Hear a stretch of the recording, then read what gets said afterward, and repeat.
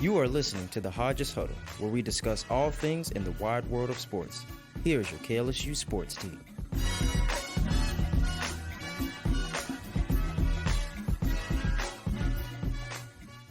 Welcome into the Hodges Huddle. I'm your host, Michael Poggi, alongside my wonderful coworkers, as always, Will Gilreath, Jayden Smith, not to mention the GOAT, Randall and Wilson, helping out with the switcher, helping produce, as always, Alex working men's basketball versus New Orleans. So, y'all, how we doing on this fine Monday evening? We're back once again. Another episode. Yeah, I'm chilling. Literally and figuratively, man. I walked outside today. It's cold. It's cold, man. It's cold. It's cold. It's cold. But yeah, so Felt Good- a little good bit Monday. like home today, the weather. Doing good. Had a busy weekend, fun weekend, Would have been better if the result was different, but, it was fun. Yeah, Will and I took the old trip to T-Town this weekend. Crazy Saturday we had. But it was a good Saturday. Tuscaloosa, as much as I am not a fan of the school, it's a cool place. Yes, really it cool is. place. Stadium's awesome. Bryant-Denny is definitely something that every college football fan needs to check out at least once.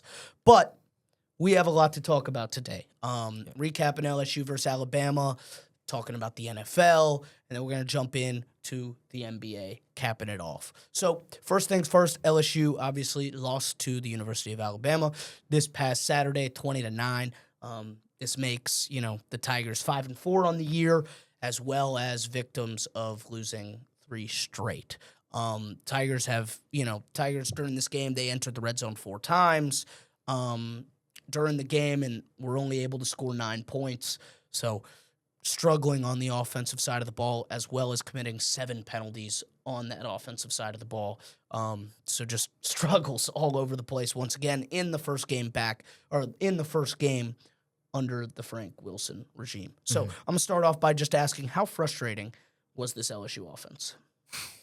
man, I don't even know if frustrating is the word, because I washed my hands with this offense and this team after that debacle against A&M. But it was definitely just disheartening, to be honest with you, because I was just hoping the offense would give us something. And the defense gave you, multiple chances to get back in the game, and pretty much win the game. It was a one-score game. You had a lot of halfway opportunities. Midway point of the fourth quarter. So for me, it wasn't even frustrating. I was kind of just laughing the whole time, really? This is what we doing? For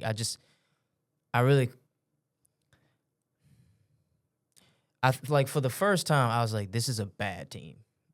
This isn't like a Garrett issue. This isn't a coaching thing. They just were never that good, apparently. So, Yeah, they're just so bad in the red zone. I don't remember the last time LSU was this bad in the red zone. You get to the red zone 4 times, so they move the ball pretty well. Mm-hmm. But it's just those mental errors, those false starts, those holding penalties, dropping balls on 3rd down, just basic fundamental football. yeah. And it's they're just incapable of playing that right now. And I get it. On the offensive line, your 2 tackles, you played freshmen on Saturday. I get it. It's a hostile environment. They're going to make some mistakes. But it's just coming out of timeouts with the false starts. It's been all season. And it's just they're undisciplined, and it's the procedures. Just basic football. They just can't do it right. And then you get into the red zone, and it's you might as well just send Damian Ramos out on 1st down, because you're not doing anything with the ball on 1st, 2nd, or 3rd. Yeah. So send him out. Hope he makes the kick, which, And so. Here's I have a hot take for you guys. I think that in terms of the penalties, I think in terms of how many penalties were called and how many were committed by this LSU offense, I think I kind of wish, and this is, I think I kind of wish Brian Kelly was the head coach of that football team for that game. And the reason being is those, like, the amount of penalties that were committed. Yes, there have been penalties all season and mishaps on the offensive line all season, but I don't think you see that as much if Brian Kelly's your head coach. And the reason being is because I just don't think, from a coaching standpoint, they were really ready. And that's not on Frank Wilson. That's not on Alex Atkins. But I really do think that Coach Kelly, not necessarily, do I think Coach Kelly is the man for the job? No. But do I think it would have helped limit those turnovers in that game? I do. And I just think having a man at the helm, he wouldn't have allowed that to happen. And on the flip side, though, I don't know if, like, they would have been nearly as motivated or as 100%. put up nearly as a fight. Like, I think regardless of who's your coach, you lose that game. You're right about the penalties. Like, they might not have 7 false starts. Yeah, they might But have also, like 4. Like, that's been an issue all season. And like, people forget last year, Will Campbell was like, every game he had two false starts or something like that. Like, it was weird. So it's just, I don't know, maybe it's a Garrett thing with the count. I don't know. That's just a hot take of mine that I have. But I was thinking about that on the drive home. I was just thinking, maybe some of those offensive penalties that really determined the outcomes of the game. Like, you had 4th and 1s, 4th and 2s. I think there was 2 of them. I knew the one with Michael Van Buren. You're about to go out there and go for it. And then just like that, boom, false start on the offense. It's an interesting conversation. And it's, it's like, okay, that's going to be frustrating. But yeah, it was a terrible day from this LSU offense. There were struggles all over the place. But although they struggled, it never felt, like you said, it never felt like LSU was out of the game, right? They were in that game for pretty much the entirety of the time, game. yeah. There were a few mishaps, like the end of that first half with 50 seconds left and Ty Simpson in the offense marching down the field and scoring, hitting that bomb deep, and putting them in the red zone.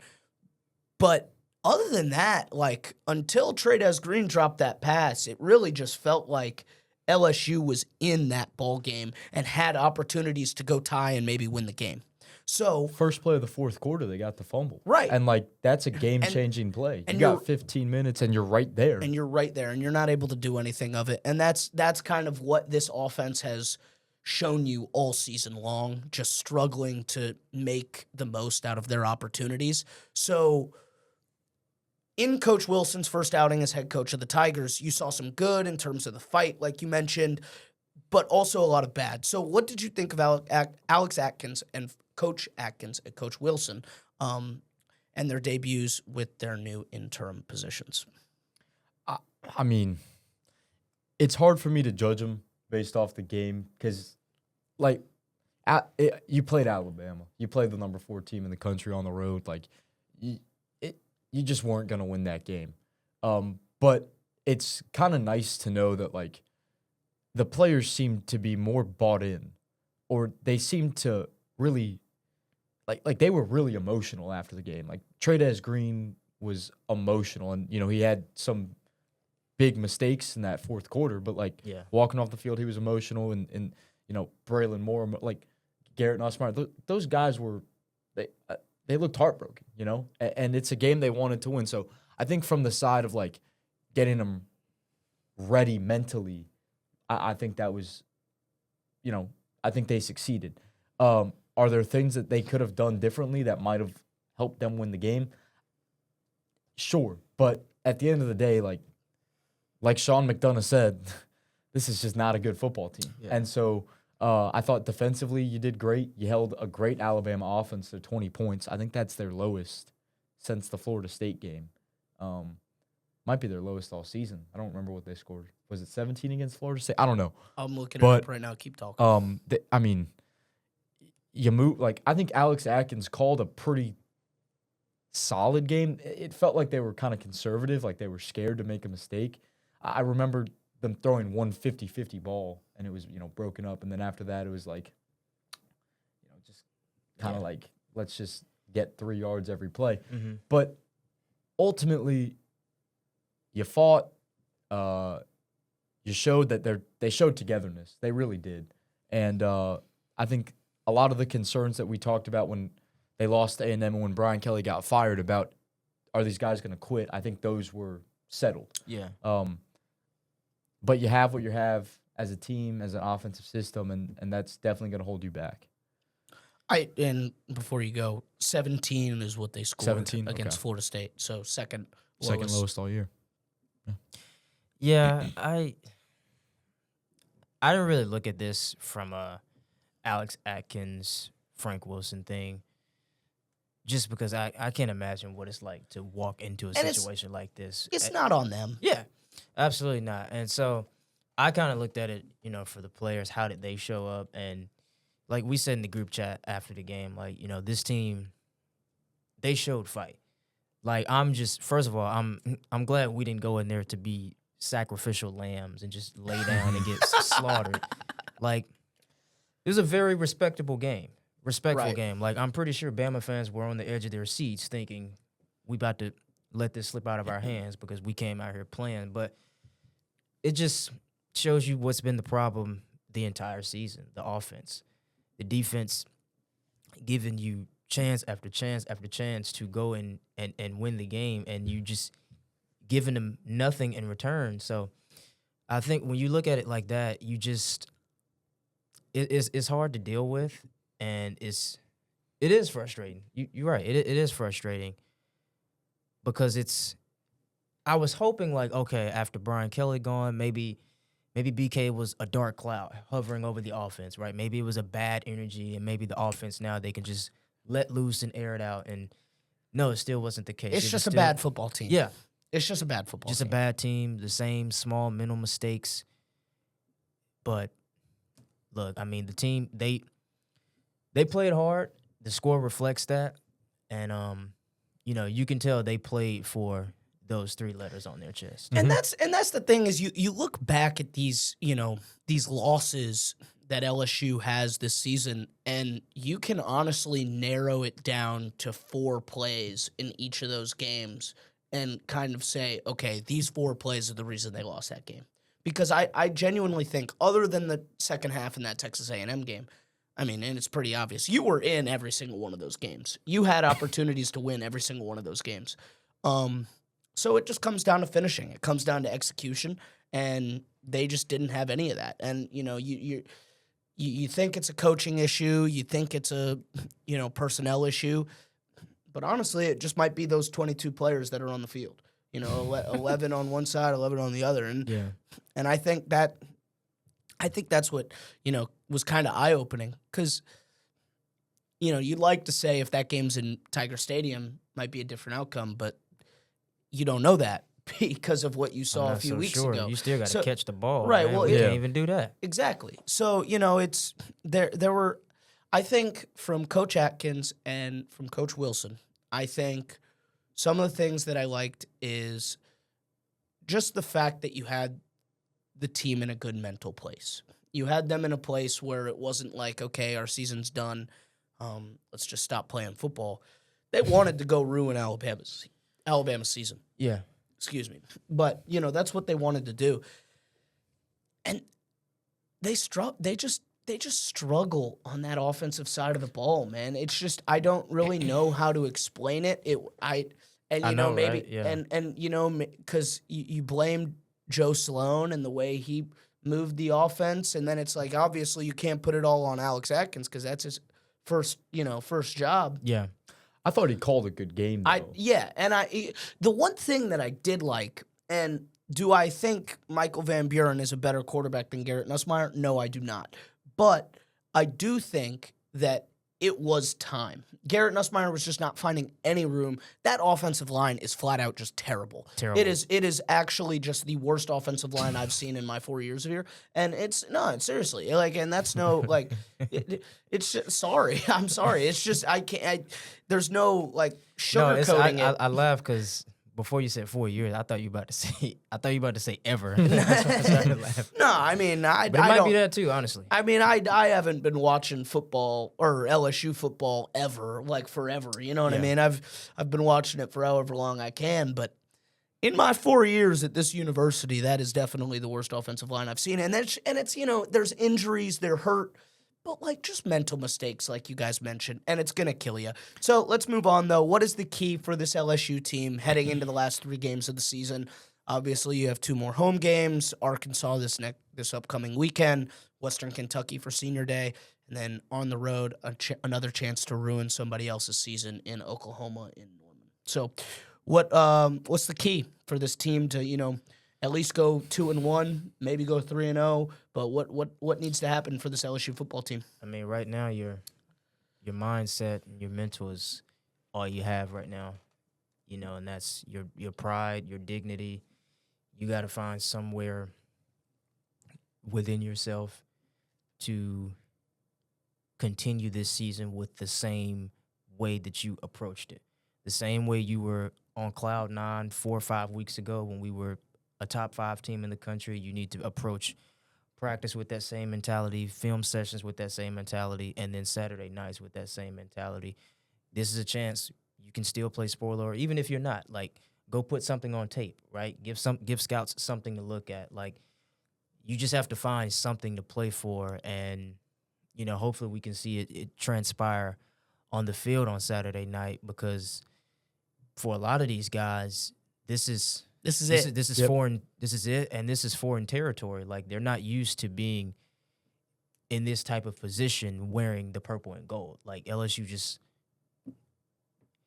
they're not sitting in this position in week 9, week 10 of the football season. Like, that's just not how things are supposed to go. So I'm sure that's a bit of a culture shock to them. So, to those guys, I would say, they got to have some resolve within them and really just make the most of it from here on out. I think, you kind of hit the nail on the head there. Is that the saying? I don't know. I agree with what you said. Yeah. I agree with what you said. And it's nice because, I mean, Poggi and I were at the presser, and West Weeks was like, I still feel like we have everything to play for. We're still playing for every guy in that locker room. Like, we've been through this since February. Yeah. We're still playing for those guys. And that's nice to hear, because it is a tremendously disappointing season. You had national championship expectations. Yeah. Your head coach at the start of the offseason was like, we're taking receipts. We'll see you at the national championship. He's no longer your head coach. You don't have an OC. Crazy. You're 5-4. You're 2-4 in conference play.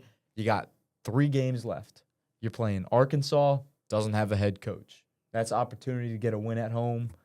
For those guys that are seniors, it's these 3 games that kind of determine how they might be remembered. And not only that, sorry not to cut you off, but I want to throw. You said I forgot what you, but it's like one of the points you were making. But another point that I think they should keep in mind, like, women's basketball is here, and these LSU fans are already ready to shift their attention completely away from football. So, look, give them a reason to keep tuning in to you guys on Saturday night. I mean, I think my last point is, like, it just feels like this is a team that, despite what's happened this season, like, they still want to play with each other and for each other. And they're not good. They're not great. But as long as they have that fight, as long as they have that pride, as long as they understand what they're playing for, those 3 letters, what that means to people, what that, I think you can see something sort of change in these last 3 weeks. I think asking them to go on the road and beat Alabama with everything that has happened in the last 2 weeks was a very hard task. Yeah. I think asking them to beat Arkansas, Western Kentucky, that's more realistic. That's likely to happen, in my opinion. And then I think Oklahoma, like, I think that's a game they can also win. Yeah. So, well, it depends. That defense at Oklahoma is very, very good. It is, but I'm just saying, like, if that LSU team cleans things up a little bit, that same team that we saw on Saturday, if they clean things up just a little bit, they beat Oklahoma, in my opinion. You're right. You got to find the end zone, but you're right. going back to your point about I just wanted to mention this. We're taking receipts and see you at the national championship. That was said after the last game After the of the Oklahoma regular game? season, and I worked that game, and I was sitting front row for that presser. And when he said that, I remember it like it was yesterday, and I remember the looks around in the media room, and kind of just looking around, going, "All right, we see you. Okay. Well, let's Yeah. see what you got." And we saw what he had. And Will and I were talking about this on the drive home. Just if you would have told me after I'm driving home from Clemson that I'd be sitting here on November 10th talking about a 5-4 football team, I'd call you a crazy madman. And yet, here we are talking about a 5-4 football team. So I think the keys for this game, for these next 3 games for LSU, is just, play with nothing to lose, like you have. I mean, go out there and, like you said, show that fight, show that passion. And I think you are seeing a little bit more of a togetherness from this group. And that's important. But, I mean, the biggest key is you got to find – when you get in the red zone, you have to score touchdowns. Yep. Like, there's no ifs, ands, or buts about it. Like, you're going to – this weekend, you got to play Arkansas, and this is an Arkansas defense that is terrible. Like, absolutely terrible. But it's an offense that can score points. So if you aren't able to get in the end zone, you're going to have issues because your defense isn't going to be able to stop them every drive. Yeah. So you got to get in the end zone, especially against the defense that just doesn't perform. So does LSU win 2 more games? Yes or no? I think they do. I think you beat Arkansas. I think that's a winnable game. Like you said, their defense is terrible.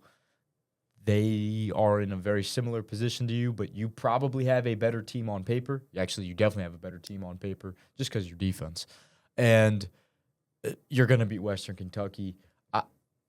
I feel like this is a team that can finish 3-0. I feel like this is a team that can do that. Is it a lot to ask? Sure. But is it possible? Yeah. Yeah, it is. It crazier things have happened at LSU. I mean, Yeah. it's LSU. Like, anything can happen. Yeah. So, What you think, Jay? I think they go 7-5.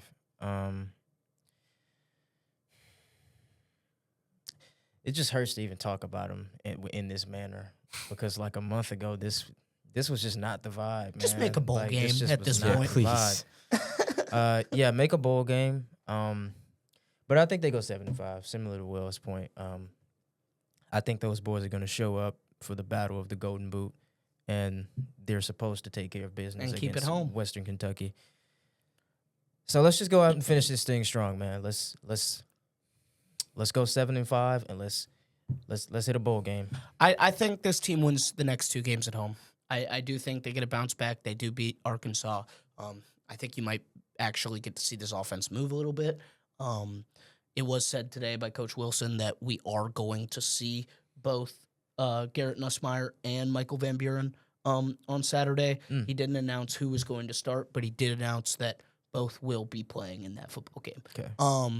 So a little dynamic to the offense, changing things up. And I think you got nothing to lose, so you might as well just try everything you got at this point in the season and see what you can do. And then, you win these next 2 games, you go into Norman, anything can happen. I mean, you have another opportunity to ruin somebody's season. Yeah, and, you can. And You can definitely catch somebody sleeping. right, on exactly, that last exactly. I mean, weekend. at the end of the day, this team is very talented. Like it's a very talented roster, and you spend all this money in the portal, and you get guys in recruiting and all that stuff. So you have talent. It's that the talent really isn't the issue. It's putting that on, like taking the talent on the paper and putting it on the field. That's what you got to do. It's getting to the point where it's like, okay, you have all these talented receivers and they can't get open. Okay, well, what's going on? Like, you know what I mean? Like, so I think it's just you got to execute, and honestly, you got to get a little lucky. And so I think that's very possible for this LSU team. But yeah, that's enough of the Tigers, man. Let's move on. Let's move on to the NFL. We're officially in the heat of it all as we are about to enter Week 11 on the year. Already, man. Yeah, it's crazy. With that, we have gotten to see a lot of things, maybe expected, but also very surprising. First things first, Drake May, fellas, is currently the betting favorite to win the MVP. Y'all should see Randall's face right now, man.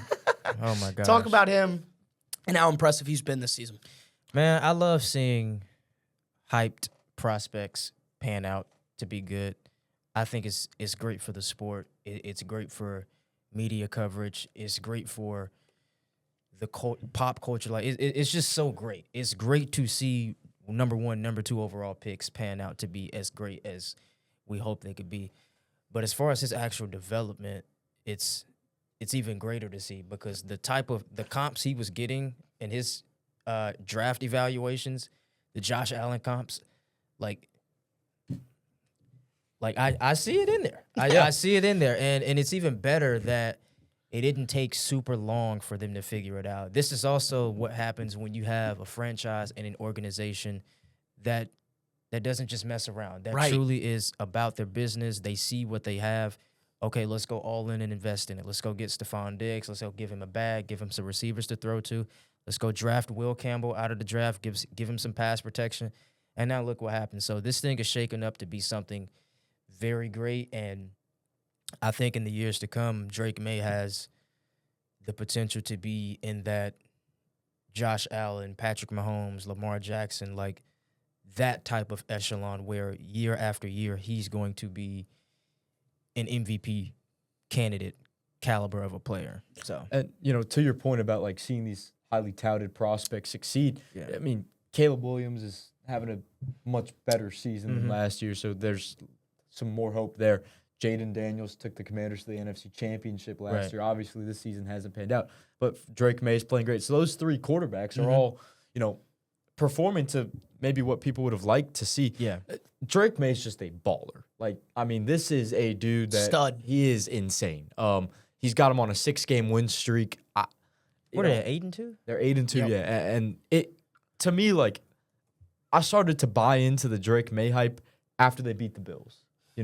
And that's when I started to buy into like the whole Patriots hype too, because like, okay, this is a team that can go on the road in a hostile environment and beat Josh Allen, and Drake May can do that. And man, this is an MVP race that I think is going to be tight. I don't think he has it secured yet. There's still 7 weeks to go, 8 weeks to go. Up. Yeah. So 7 weeks, I think. They've got games to play. Matthew Stafford certainly in the mix. Josh Allen, Patrick Mahomes, they're always going to be in the mix. Jonathan Taylor. Honestly, Jonathan Taylor. How about that game yesterday? But the Patriots are just a fun team to watch. They got Vrabes. They got Drake May. They got, I never thought I would enjoy watching the Patriots. Like, if you told me this like 10 years ago, like, Jayden, you're going to like watching the Patriots, I'd have called you crazy, man. Yeah. But, yeah. Look, man, this dude is impressive, yo. Like, this dude Drake May is a stud. My mama and I, we went to the Saints Patriots game. Got to see him up close, and man, he just makes throws that are like, okay, like it's like, okay, all right, this dude's a baller. Like he can, you can kind of tell, especially when they make those deep throws on the sideline. Oh yeah. And you see that, you see one go through, and you're like, oh, all right. Then you see 2, then you see 3, and you just continue to see him do it week in, week out. Yeah. And you realize how talented this kid really is. And he's got 19 touchdowns on the year. He's only thrown 5 interceptions, 71.7 completion percentage, 8-2 on the year, as you said, and 2,500 yards. Like, and that's 8.9 yards per attempt. Yeah. So it's like they're moving the ball consistently when he's throwing that football. He's talented, man. He and I just think nobody really saw it coming, and that's like people really not this season. not this crazy. Not MVP talks. Okay, yeah. Like we're talking, he is the betting favorite to win the Most Valuable Player award over Patrick Mahomes, over Josh Allen, over you know what I mean, like over these talented guys, and That's pretty crazy to me. That's pretty wild. I just, if you would have told me that in the beginning of the year, I wouldn't have believed you.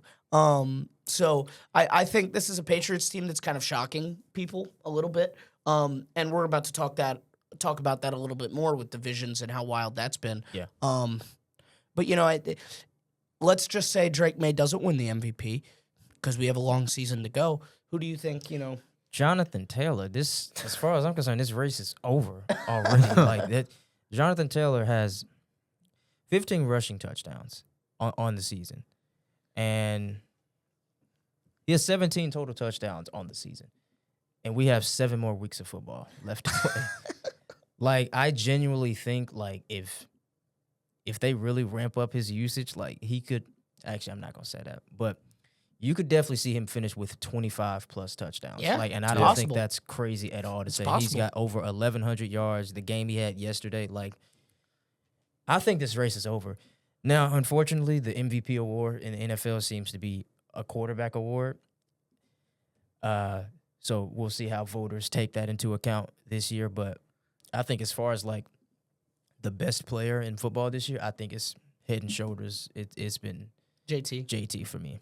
I'm going to go with Matthew Stafford. I mean, he has been incredible and also. he's 37 years old.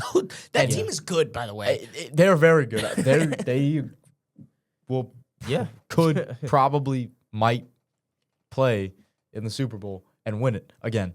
But he leads the NFL in touchdowns. He's got 25 passing touchdowns. He's got 2,400 yards. He's only thrown 2 interceptions all year. That's crazy. Like a 25-2 touchdown ratio.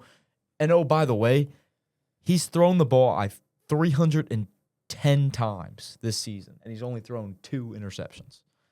That's crazy to me. Yeah. Like, yes, he's got a lot of help. Devontae Adams, Puka Nacua, Who Sean cares? You're a McVay's his quarterback. coach. But to do what he's doing at 37, and it's not like they're throwing checkdowns. I mean, he can sling that ball. So he's just my sleeper, one to watch. I'm gonna have to agree with you, Jay. I mean, if we're just talking like the best player on the field, Yeah. it's kind of hard not to say JT. But I don't want to discredit anything Drake May has done because Drake May has been absolutely unbelievable, and he is rightfully the betting favorite for this award. So let's talk a little bit more about those divisions. There's going to be a lot of tight races in terms of winning divisions, especially with what I'm going to focus on, the AFC West, the AFC East, and the NFC West. So who are your picks to win those respective divisions? I mean, AFC East, I think New England does it. I think they have slightly easier schedule. They're also 5-0 on the road. They haven't lost on the road yet. So to me, that gives me a little more confidence in them. AFC West, I just think Sean Payton gets the job done there with Bo Nix. I got the Broncos there. No matter how they win, they just seem to be able to win the games. It feels like the Chiefs last year in a way. Like, they just get bailed out. Sorry, what was your first pick? I said the Pats. Oh, okay. Over the Bills. Yeah. Yeah. And then I had the Broncos. And then,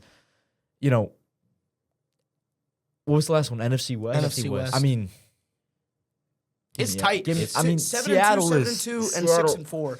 Seattle's good. San Francisco's Hurt. good, but they're hurt. If they can get healthy, I mean, that's a coin flip to me. I don't know. I genuinely don't know. I also want to throw this one into the NFC North. Yeah. Because 5-2-1, 6-3, 6-3, and then the Vikings are 4-5. They're not gonna win, but they still have a chance. Still make a wild make it card. interesting. Yeah, and so you got Caleb Williams in Chicago, you got Jared Goff in Detroit, but they've been kind of disappointing this season. And then you have Green Bay that has Micah Parsons on that defense now. Yeah. So that's actually the one I'm most intrigued in. Mm-hmm. That in the NFC West. I think this NFC West is – we're about to find out next Sunday. The Seahawks and the Rams play each other at in that midday game. It's a big one. It's a huge game. Can't believe that's not prime time, by the way. But I'm actually glad it's not. Yeah. I'm glad it's not, actually. I don't know why I like the 3-4 o'clock games for some reason. I don't know. It reminds me of that Saints-Rams game from 2018. Yeah. That's why. What a game. Yeah, and This game kind of reminds me of that. Two of what I think are the two best offenses in the NFL right now. So I think that game is going to tell you a lot about who wins that NFC West division. AFC East, I think the Patriots. I think the Patriots are going to take that one this year. Buffalo just put up a stinker against the Dolphins. Yeah, you can't lose games like that. That just can't happen. And as far as the AFC West, I'm going to have to agree with Will. I think Denver takes it this year. I think the Chiefs, they could always chief and make that late push that they are known to make. But in nearly every primetime game that they've had this year where they've faced another marquee opponent, they've lost. And I don't really see them catching up at this point. But I mean, we can see it. Who knows, man? I'm gonna disagree with you on the West. I got the Chargers. I think I forgot about the Chargers. I think the Chargers, because they're 7-3. Chiefs are 5-4. Broncos are 8-2. That Chargers team is good, like very good. And Hampton's gonna come back later in the season. I'm pretty sure he'll be back in like 3 weeks, so they'll get the running back back. They'll be ready to roll. I just think that team's really good. That's why the reason why I wanted to talk about these divisions, because it's just going to be so fun to watch in the last few weeks. Like just between 7 different teams, just seeing how talented these guys are. But I think the Chargers pull out the AFC West. I think they'll win a couple big games towards the stretch. Chargers and Broncos play pretty soon, huh? They played last week of the season. They already played. Yeah. Chargers beat them head-to-head. Yeah, they did beat them head-to-head. So they got one more, and that game is in Denver. Yeah. So I think that'll be an interesting race. I think in terms of the AFC East, I'm going to have to go with Buffalo. I think I do. I think Buffalo's going to figure it out. I think that they're going through some Randall's going to hate me. I think Buffalo is starting to figure it out a little bit, even though they just blew up a stinker to Miami. I do think they're going to start figuring it out. I mean, you got the reigning MVP on your team. It's kind of hard for me not to bet against them. It's kind of hard for me to bet against them. They got to figure out some things on the offensive side of the ball big time. In terms of, just like simple mental. They make a lot of mental mistakes. They're like LSU. Yeah, like in the same way, except they can find the end zone. So I think I got Buffalo in the AFC East. And then in terms of the NFC, I mean, that Rams team is just too good, man. Like you mentioned, you think the Rams could make a run all the way to the Super Bowl, and I don't know if the Seahawks team is experienced enough. I don't know if they have like enough guys with that playoff championship experience. Yeah. And the Rams have it. The Rams have it in the coaching staff. They have it in their quarterback. They have it in the wide receivers. They have it on their line. And speaking of offensive lines, the only thing that really worries me about that Chargers team is their offensive line. Like, this is a team that just traded for Trevor Penning. So like, Joe Alt injury, like we're talking about a team that just traded for Trevor Penning. So I think, man, I just that other than that, I think their defense is phenomenal. I think they're they got a great quarterback, Jay Herb, on my fantasy team. But I just think that offensive line wise, they got some things to fix. The Chargers, they just have a couple bad losses. Like they lost to the Giants, they lost to the Commanders. Like, those aren't good losses. Right, but I think at the end of the day though, it doesn't really matter. Like you've seen the Chiefs, you've seen the Chiefs have bad losses in the regular season and then go out and win the Super Bowl. But the Chargers still have to play the Eagles, they still have to play the Chiefs, they still have to play Denver again. So you're looking at least 3 more potential losses. Or potential big time wins. Yes. And so I think, and it also depends on what team shows up that day. I think you're playing Philly in LA, which is huge. You do have to go to Arrowhead, Kansas City, and you do have to go to Denver. But I mean, other than that, your schedule's kind of cake. Like you play the Jaguars, you play the Raiders, you play the Cowboys. And that Cowboys defense is horrendous. horrendous. So I mean, like and then you play the Texans at home. I mean, And so I think it's very possible. It sounds like cake, but the NFL is a weird It's a place, weird. man. It is a weird league. So those are my picks for that. So I guess let's kind of give me your early pick on who's going to compete for a Super Bowl this season, as well as your winner before we head into the NBA. Ooh. Out of the NFC, I'm gonna go with the Rams. They're coming off a playoff appearance in where the Eagles really had to like put them to bed, and that offense is crazy, man. Like they got Puka Nacua back just in time. You got Devontae Adams showing why he's not washed yet, leading the league in receiving touchdowns. So, and again with that playoff pedigree, that playoff experience, I think that's going to do wonders for their squad. And as far as the AFC, man,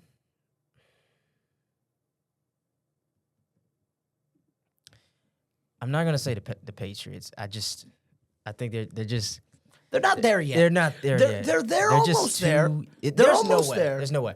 There's just too young. There's just There's there no is way they're ahead of No. the curve that much. So You know what division? Sorry to cut you off. You know, because I'm just looking at the standings. Uh-huh. You know, a division we didn't talk about. There's just a complete mess, and I have no idea who's going to win that division. And that's the AFC North. Like that is a mess of a division Yeah. right now. Like you've got cares? the Steelers. No, but like you got Yeah. the Steelers at 5-4. You got the Ravens at 4-5. The Bengals at 3-6. If the Bengals can somehow just win a few games and keep themselves in the loop, and then well, Joe and then gets Joe back comes and- back, you never know what can happen with that team. yeah. Sorry to cut you off Nah, though. but I just think their wanted to- defense is gonna be the reason that because you talked about the Cowboys defense, bro. The Bengals, oh my gosh. But anyway, as far as the They gave up AFC, 39 to the Jets. Like, I think out of the AFC, I'm gonna roll with the Bills, man. I'm gonna pick the yep. Patriots to win the division, but I've seen young teams win divisions, get hot before, and fizzle out into the playoffs. So I think we could be seeing a repeat of that. I think this might be the most unpopular pick or take you'll ever hear me say. This is going to jinx them too. I got the Rams. I got the Indianapolis Colts. I with like it. Danny Dimes. I like it. Yes, Danny Dimes leading them to a Super Bowl appearance. That Colts team is, I mean, they have, like you said, the best player in the NFL. They do. They have Jonathan Taylor. Daniel Jones has not looked terrible. And they just made some great moves at the They trade did. deadline. Getting Sauce Gardner back. What was one of the worst secondaries in the NFL, now when they get Travarius Ward back and they have Sauce Gardner, like, that is a great 1-2 punch for your corners. That's a good defense. They're just, to me, a complete team. And I think Shane Steichen is the most, I say underrated. I don't know if that's the right word. But he is, in my opinion, the coach of the year this year. Just because no one expected this from Indy. Mm-hmm. Like, I remember they had that 3-0 start, and I was like, I think they're going to win this division easily. Well, Looks like the you're rest of right. the division sucks, so they will. But, like, their only two losses are one-score games, and they're both on the road. And it was to the Steelers and to the Rams. So I think we'll see a rematch of that Week 4 matchup in come February. I got something crazy for you. I'm gonna agree with you on the Colts. Oh, phew. I do think the Colts are gonna get it done in that AFC. I mean, the reason being is because I kind of think that they're gonna meet up with the Chargers at some point in the playoffs. I agree with that, yeah. And I think their defensive unit or defensive line, I should say, is just gonna eat that O-line up and for the Chargers and just not give them like any breathing room. And that's a good team, like we've talked about. I mean, Danny Dimes has been really good. JT has been the best player in football. And then I got the Detroit Lions. You think they get hot? I think they get hot, man. Okay. I think they finally break through and make it into that Super Bowl. I really do. And look, they got a lot of work to do. They gotta win some games. They gotta win some big ones, some big division time matchups.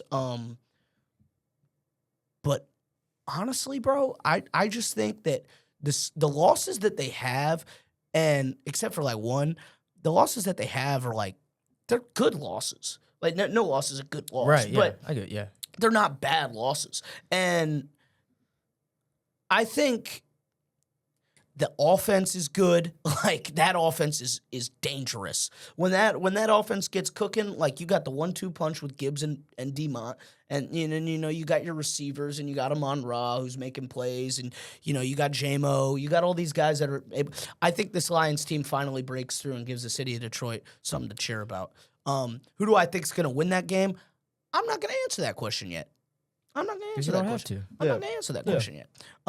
But I do think that we're going to see those two teams in the Super Bowl come time. Yeah. So let's wrap it up with the NBA, of course, as the OKC Thunder have the best record in the league with 10-1 at the time of making this episode, as well as the Pistons right behind them leading the East at 8-2. What has been the biggest shock for you so far as we get going with this NBA season? We are, just cracking into it. I mean, I wouldn't say it's the biggest shock, but the Spurs are 7-2. Like I thought they were going to be better than they were last year, without a doubt. Good. But I mean, like the post-Pop era is off to a great start. It's early, but it's off to a great start. They have a great roster. That to me was kind of surprising. Yeah. The other thing I guess is, Boston, their slow start. I get there without JT, but that's a well-coached team. They have the talent, and they're below 500 right now. So, football is great in the city of Boston. Basketball got some work to do there. Yeah.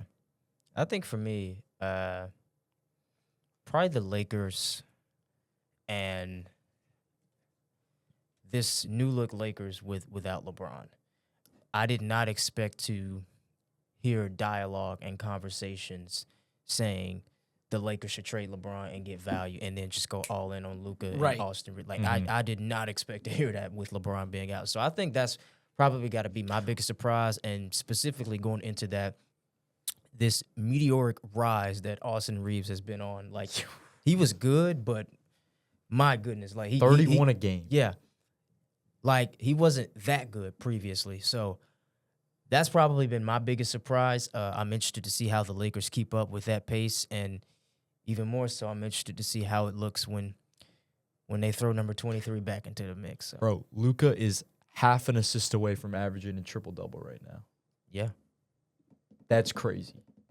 Like, it's pretty crazy. Yeah. It's pretty nuts. I think my biggest shock, and look, I understand they're without their best player, but the Pacers being 1-9 is wild to me. Obviously you don't have your guy, but or your other guy. Or your other guy. Yeah, you don't have both your guys. Yeah. But 1-9 is pretty crazy. Yeah. Like, I don't know. I think they haven't been close games either. No, they've just Like- been getting beaten. And like I don't I don't really know how other way else to say it. Like they just Yeah. been getting beat, and like I don't know. This is a team that shocked the world last year. Yeah. And the reason why it's so shocking to me, honestly, is because of the pieces that they had in that playoff run last year and how good they all were coming off the bench and playing those roles.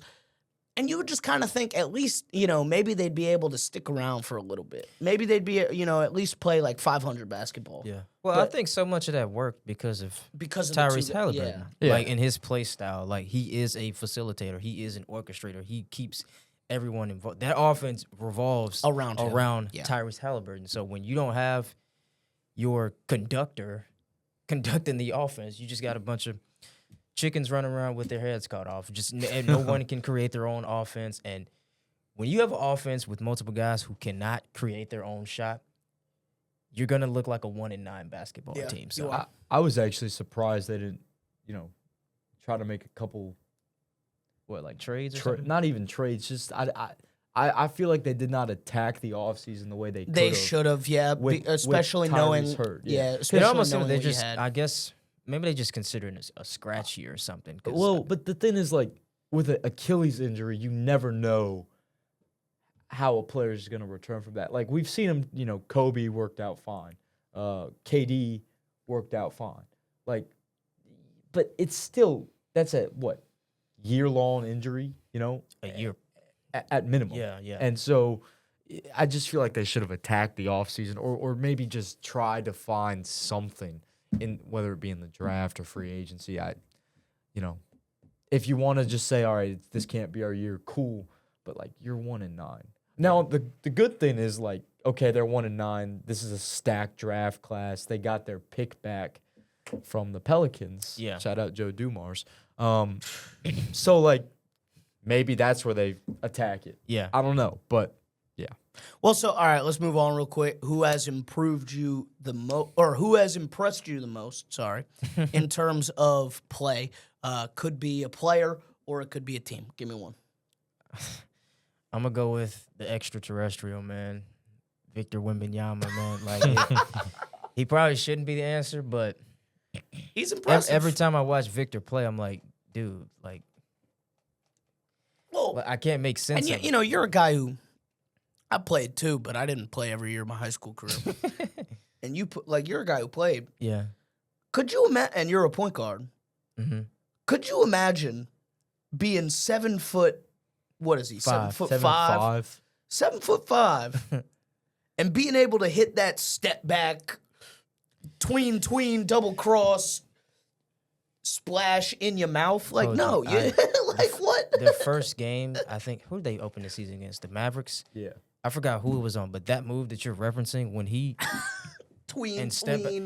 I genuinely, like, after that game, I genuinely was, like, scared. I was like, I was like, I'm a LeBron guy, and I was like, I'm glad LeBron got his when he got his, because it's over for everybody.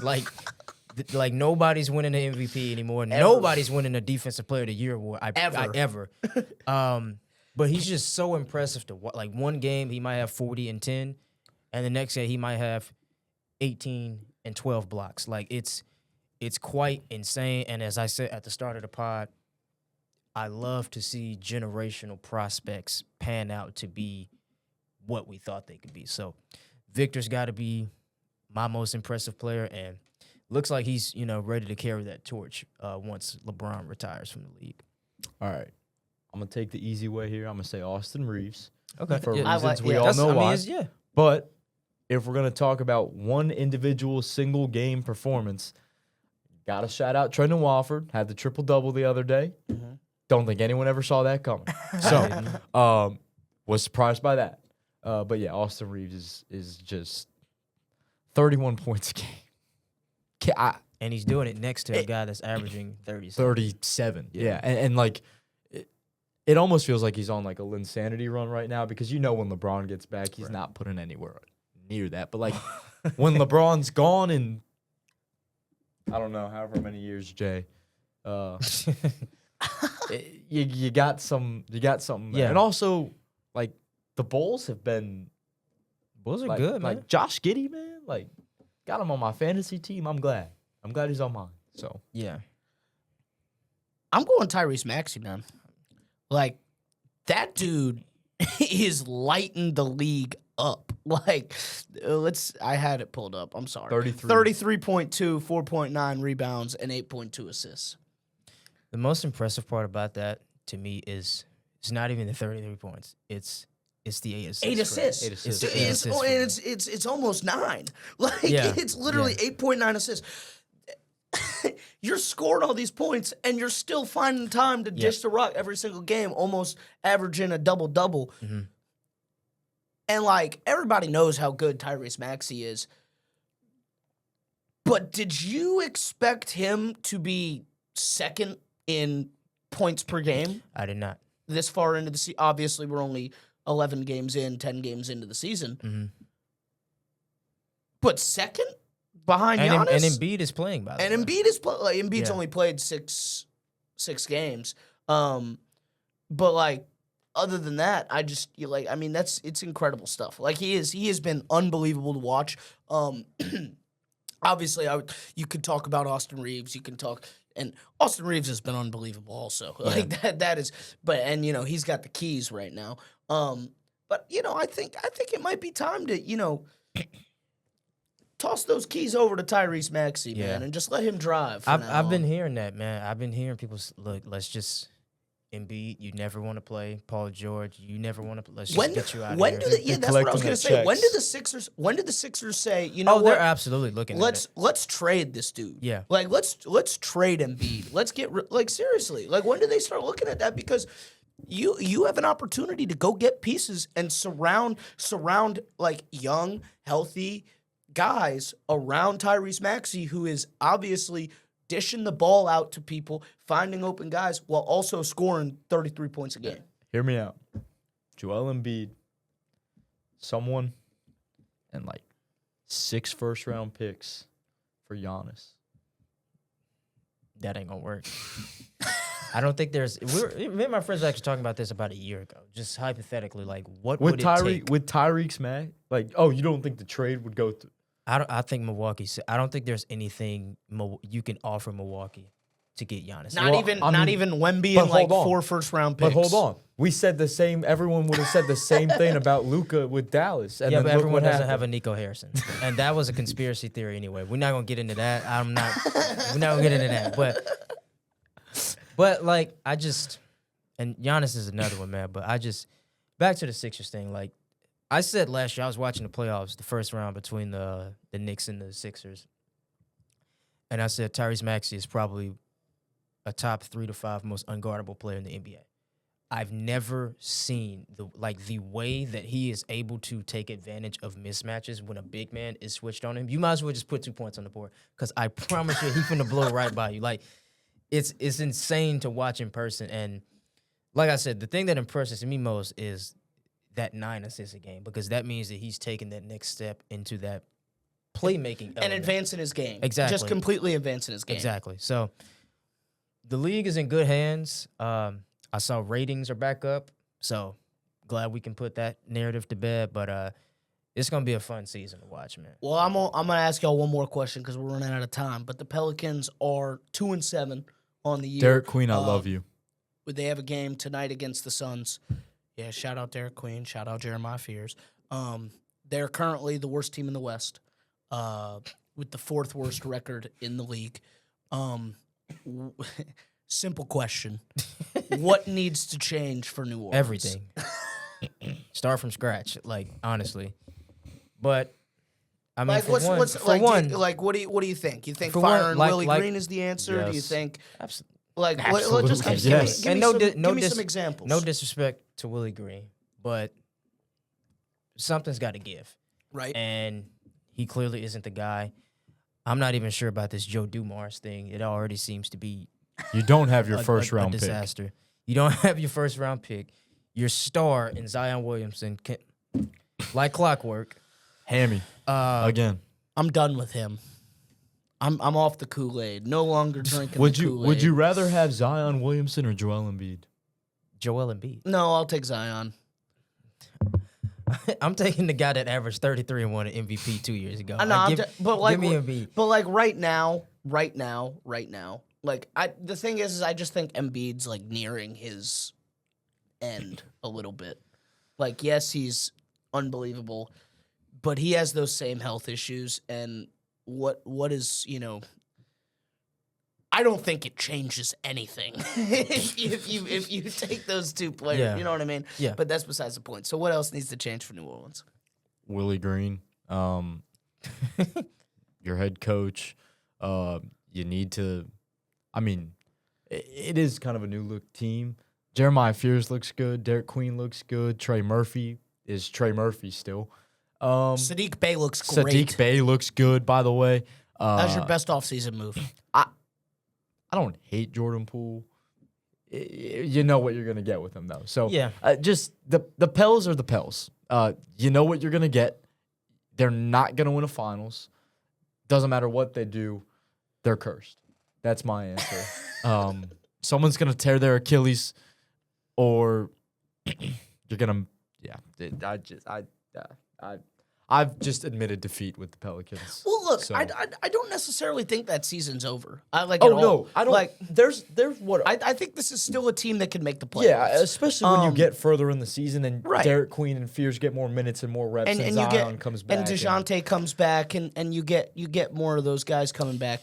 I don't know if DeJounte it's not a even- terrible He gonna roster. come back. Chill. No, not that. I was about to say. I don't think DeJounte even worried about basketball. he got man. other stuff to worry about.